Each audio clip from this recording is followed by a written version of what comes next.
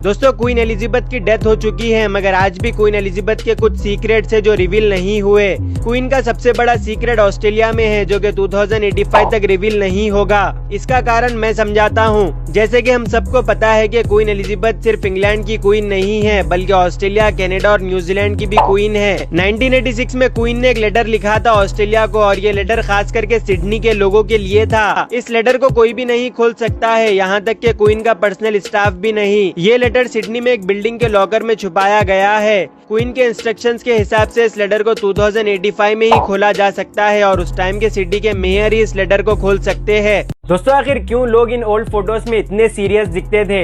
अगर आपने देखा होगा तो 1930s या 40s के टाइम पर लोग फोटोज में स्माइल ही नहीं करते थे। फोटोज लेना उस टाइम पर काफी टाइम कंज्यूमिंग था, और इतनी देर तक कैमरे के सामने स्माइल करना काफी फेक लग रहा था। लोगों का मानना ये भी था कि स्माइल इलमैनेड और ड्रंकन लोगों के लिए ही होती है। ज्यादातर लोगों के दांत भी खराब होते थे, क्योंकि उस टाइम पर डेंटिस्ट्री आज जितना इवॉल्व नहीं थी। आज के टाइम पर फोटो लेने के लिए चीज बोला जाता है, पर उस टाइम पर फोटोग्राफर्स प्रियून कहते थे, क्योंकि उस टाइम पर स्मॉल फेसेस को ब्यूटी आइडियल्स माना जाता था, और फोटो के टाइम पर प्रियून कहने से फेस स्मॉल दिखता था। दोस्तों डिज्नी को दुनिया की हैप्पीएस्ट प्लेस कहा जाता है, पर लोगों को डिज्नी के ये आइलैंड के बारे में नहीं पता, जो कि डिज्नी की सबसे मिस्टीरियस जगह है। ये आइलैंड डिज्नी की काफी अट्रैक्टिव जगह है। शॉकिंग बात यह है कि डिज्नी ने इस $multi-million प्रॉपर्टी को कई डिकेड से अबैंडन कर रखा है। 90s के टाइम पर यह जगह विजिटर्स के लिए ओपन थी, पर 1999 में इस जगह को बिना कुछ कारण बताए बंद कर दिया गया। चाहे तो डिज्नी इस जगह पर कुछ नई चीज बना सकता था, क्यों डिज्नी ने इस जगह को ऐसे ही खाली छोड़ दिया?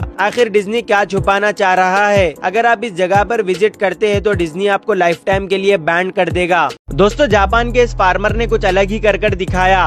1978 में टोमोयोकी दुनिया के इकलौते ऐसे किसान थे जो स्क्वायर वाटरमेलन उगाते थे, मगर इनके ये स्क्वायर वाटरमेलन का प्लान काफी बुरी तरह से फेल हो गया। टोमोयोकी काफी माहिर थे अपनी इस कला में। वो स्क्वायर वाटरमेलन बनाते थे और उन्हें ट्रांसपोर्ट कर सुपर मार्केट्स में पहुंचाते थे, पर इन स्क्वायर वाटरमेलन का टेस्ट खराब होने की वजह से इन्हें कोई नहीं खरीदता था। टोमोयोकी ने अपना दिमाग लगाया, और उसके बाद से जो स्क्वायर वाटरमेलन को कोई नहीं पूछता था, वही वाटरमेलन का डिमांड काफी बढ़ गया था, और ये वाटरमेलन $200 में एक बिक रहा था। टोमोयोकी ने इस स्क्वायर वाटरमेलन को एक ऑर्डिनरी फ्रूट की तरह बेचने के बजाय टोमोयोकी ने इन वाटरमेलन की मार्केटिंग गिफ्ट्स और डेकोरेशन के तौर पर करनी शुरू कर दी थी। टोमोयोकी ने ये बताया कि ये स्क्वायर वाटरमेलन खाने के लिए नहीं, बल्कि सजावट के लिए यूज किए जाने चाहिए। दोस्तों अगर आप गौर से देखोगे तो आपको इस मरम्मत किए हुए खड्डे पर डोमिनोज का लोगो दिखेगा।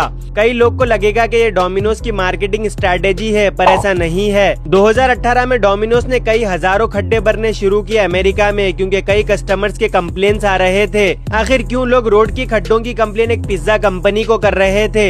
लोग डोमिनोज को कंप्लेन कर सिर्फ ये बता रहे थे कि उन्हें पिज्जा काफी खराब कंडीशन में मिल रहा है, मगर डोमिनोज ने पता लगाया कि रोड के खड्डों की वजह से पिज्जा खराब हो रहा है, जिससे डोमिनोज ने पेविंग फॉर पिज्जा के कैंपेन को लॉन्च किया। इस कैंपेन की मदद से डोमिनोज ने कई खड्डे भर दिए और अपने पिज्जा की प्रॉब्लम भी सॉल्व कर ली। दोस्तों इस वेबसाइट से आप किसी भी व्हीकल के ओनर का पता कर सकते हैं। इस वीडियो को सेव कर लीजिए, मैं बताता हूँ। मैं आपको आज ऐसा मेथड बताने वाला हूँ जिससे आप घर पर बैठे किसी भी गाड़ी के डिटेल्स मालूम कर सकते हैं। ये वेबसाइट ट्रस्टेड है और गवर्नमेंट ऑफ इंडिया के द्वारा रन की जाती है। पहले आपको इस वेबसाइट पर चले जाना है। साइड में दिए गए 3 डॉट्स पर क्लिक कर नो योर व्हीकल पर क्लिक करना है। उसके बाद आपका लॉगिन पेज ओपन होगा। नीचे क्रिएट अकाउंट पर क्लिक करना है और सारे डिटेल्स भरकर आपको अकाउंट क्रिएट कर लेना है। लॉगिन होने के बाद आपको इस तरह का इंटरफेस दिखाई देगा। आप यहाँ पर व्हीकल नंबर डालकर आप गाड़ी के सारे डिटेल्स मालूम कर सकते हैं।